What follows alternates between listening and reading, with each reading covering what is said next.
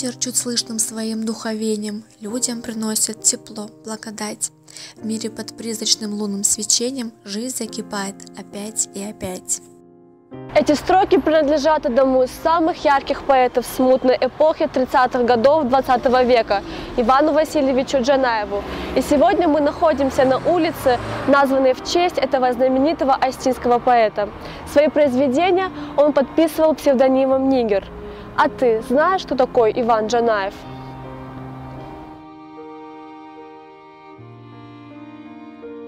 Иван Джанаев родился в 1898 году в селе Нар Северной Осетии, окончил Нарскую приходскую школу, а затем духовное училище в Владикавказе.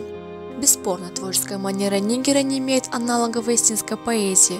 Ни у кого из поэтов-современников невозможно найти такого слияния глубокого, личного и социального, контрастного сочетания поэтических парадоксов и вечных тем веры и неверия, ненависти и любви, жизни и смерти.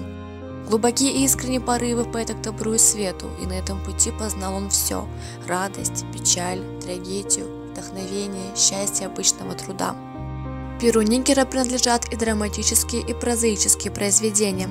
В соавторстве с Атари Епхиевым написал пьесу «Коста», в котором авторам удалось создать исторически правдивый образ Костахи Тагурова. Премьера спектакля по пьесе состоялась в Северо-Осетинском драмтеатре.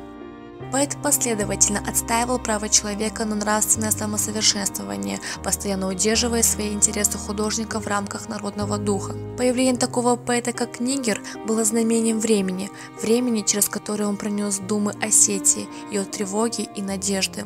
Иван Джанаев Нигер оттачивал остинский литературный язык с мастерским упорством скифского ювелира. Он создал новый стиль, позволяющий придавать обычным словам загадочность и многозначительность, свойственную устной поэтической традиции.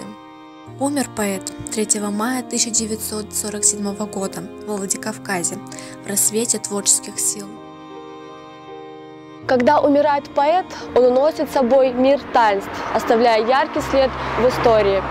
А его творчество открывает новые горизонты света, добра и справедливости. Ивана Джанаева чтят его потомки, им гордится его народ. Так давайте не забудем его и мы.